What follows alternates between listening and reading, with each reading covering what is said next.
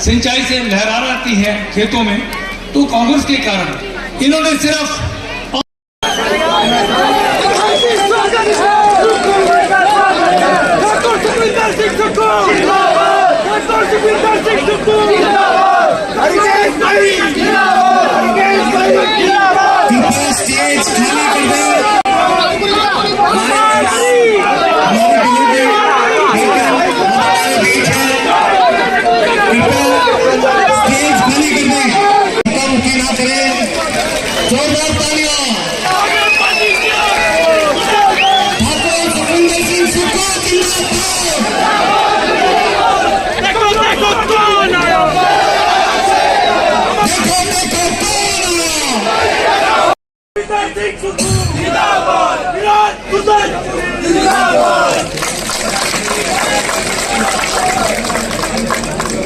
कहना चाहूंगा, तो भटके हुए हैं उनके लिए कुछ कहना चाहूंगा।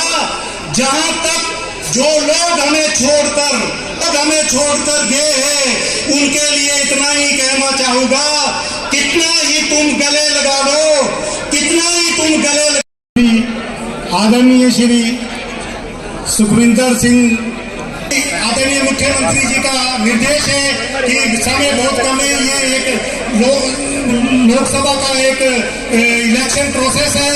मुख्यमंत्री जी दोबारा यहाँ पर आएंगे, आराम से आएंगे। को ये पैसा मिले, उन्होंने इलेक्शन आयोग में जाकर इसका स्टे लिया। इसके साथ साथ उनको रेगुलर पैसा मिलेगा। मैं महिलाओं से कहना चाहता हूं, जो आपका मान सम्मान जी का कांग्रेस पार्टी में हरप्रीत सिंह रतन जी, इसके बाद नीरू गुप्ता जी वार्ड नंबर 9 के सदस्य हैं। अभी 4 जून को उनको और रास्ता दिखाएंगे घर में बैठने का। आप लोग यहाँ आए, बहुत बहुत धन्यवाद। समस्त मंच का मैं बहुत बहुत धन्यवाद करता हूँ। जो कुछ खरीदा भी है, और बड़े बड़े किसान भाई बैठे हैं। बताओ, किसी का एक का अगर अंबानी और अडानी के माफ कर दिए हैं, तो क्या हमारा हक नहीं था उस पर? कांग्रेस ने क्या गलत बोला? कांग्रेस जरूर छीनेगी, ठीक कहा उन्होंने।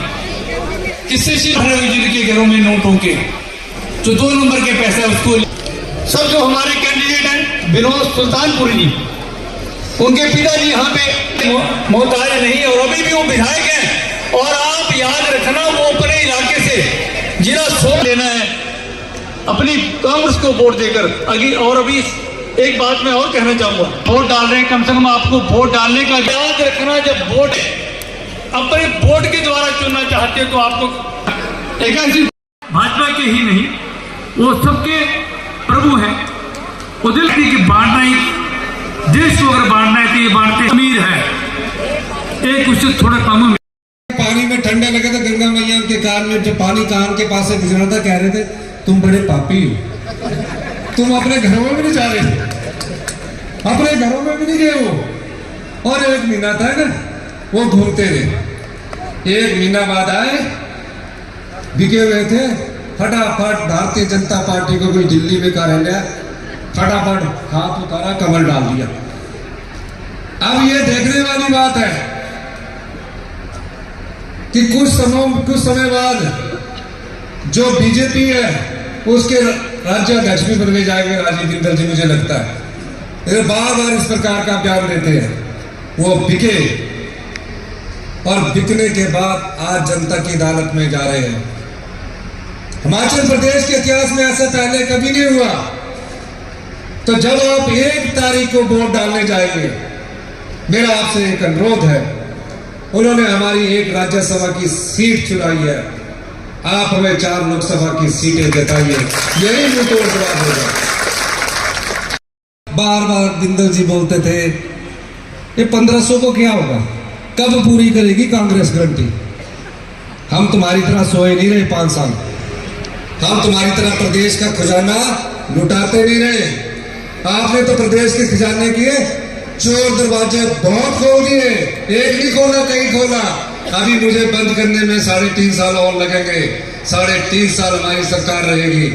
और जिस भगवान को चुनौती जयराम ठाकुर जी ने दी, उसी भगवान और इस प्रदेश के देवी देवताओं ने हमारी सरकार को बचाया, उनका आशीर्वाद हमारे साथ है। फिर आई बात, पैसा कितना बचा, बजट पास हो गया, कहा कि 800 करोड़ रुपया बचा है। मैंने कहा हमने अपनी बहनों को, जो बेटी हमारी 18 साल से ऊपर की उम्र पार कर चुकी है, उसको हम 1500 रुपया देंगे, और जब तक वो जीवित रहेगी, जब तक जीवित रहेगी, उसको हम तब तक 1500 रुपया देंगे, और 1 साल का 18,000 रुपया देंगे। और हमने प्यारी बहना सुख सम्मान निधि योजना की शुरुआत कर दी। सुख सम्मान निधि के खाते में जाएगा।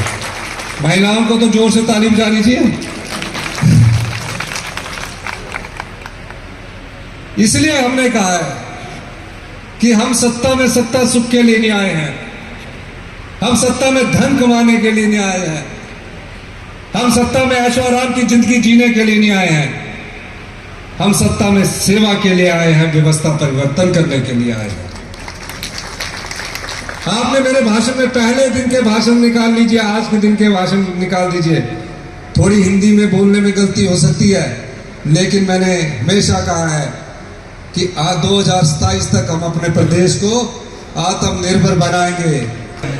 2027 में हिमाचल प्रदेश आत्मनिर्भर बनेगा, और 2032 में हिंदुस्तान का सबसे समृद्धशाली और अमीर राज्य बनेगा।